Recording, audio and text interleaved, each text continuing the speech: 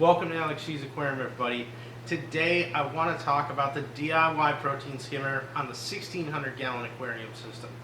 I've had this system up and running now for just over a year, and I think it's really important to kind of go back and talk about some of the equipment that I built for this aquarium system. And one of the biggest pieces is, of course, the protein skimmer, which is my primary filtration on the 1600 gallon system.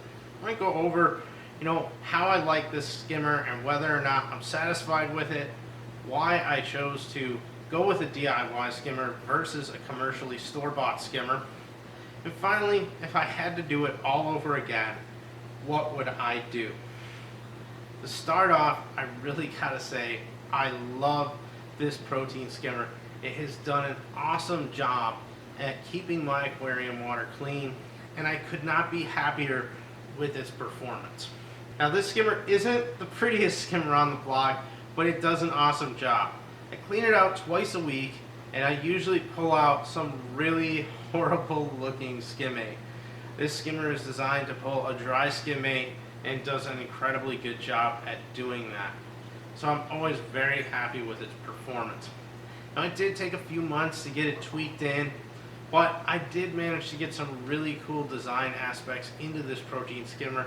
One of the biggest ones that I'm very proud of is the fact that this protein skimmer is gravity fed. It doesn't rely on a feed pump to push water into the protein skimmer.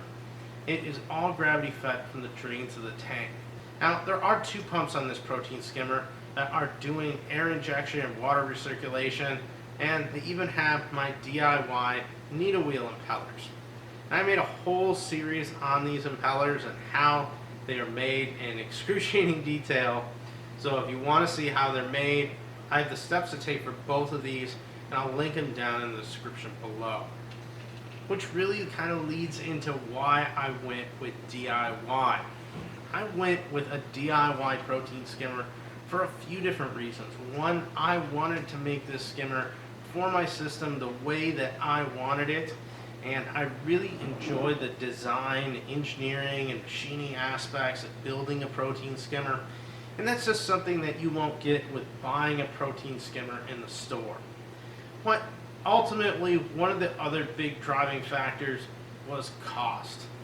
When I was looking to purchase a protein skimmer for the 1600 gallon system you see behind me, about two and a half years ago, a protein skimmer for a system this size was going to run me about $3,000 to $5,000 US. And it might have even been more than that depending on the brand of protein skimmer you looked at. And for my DIY protein skimmer, after doing research and looking at materials, I built my DIY protein skimmer for about $1,000 US, which is an enormous cost savings, allowing me to utilize funds into other aspects of the aquarium, such as fish, corals, lighting, other filters, water pumps, and so on. A big factor of it was really cost savings for me as well. And I know one of the things that everyone always looks at when you build a DIY project is the time that you take to build that actual project. And I gotta say, if I looked at all the time that I spent on the DIY protein skimmer, I probably spent enough time on this protein skimmer that if I were to put a dollar value on it, I'm sure it would have equaled or exceeded $3,000 to $5,000. But I took a lot of enjoyment out of building this protein skimmer, and I felt that it's just part of the hobby, and I learned something on building the skimmer, tweaking it, making it work the way that I want to. It just helps me learn more about this hobby and how these different filtration devices work in our aquarium systems. Now I want to take all this and look at, if I were to go back in time and do this all over again, would I build another DIY protein skimmer? And the answer is yes. If I build another system, an even larger system one day, or even one that's smaller, I would probably build a DIY protein skimmer. It's just a lot of fun for me to use all the tools I have and be able to say that, hey, I built that and I'm proud of it and it does the job that I intended it to.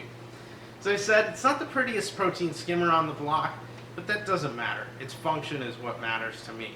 If anybody has comments or questions on the DIY protein skimmer, please go ahead and leave them down below. I'm interested to hear what everybody thinks of this protein skimmer, whether or not you like the design or have questions about how it works. I can go into a lot of detail. If you have a question that you want to get some detailed responses on, please go ahead and leave it down below. If I can answer it in words, I'll try to do that, but if I think a video might work out better, I'll go ahead and I'll make a video talking about the real inner workings of this protein skimmer, how it works. I enjoy sharing what I've built, and I believe that it's a good design for DIY, and everybody should be able to build it if they want to, which is part of the reason that I'm in this hobby, is to share with everybody out there on the other side of this camera and let them know how everything's going for me, both success and failure. Hope you liked the video. If you did, go ahead, give me a thumbs up. Let me know you like the content. As always, if you'd like to see more, go ahead, hit that subscribe button. Take a look at some of my other videos on the 1600-gallon aquarium system. Thanks again for watching, everybody, and I'll see you on the next video.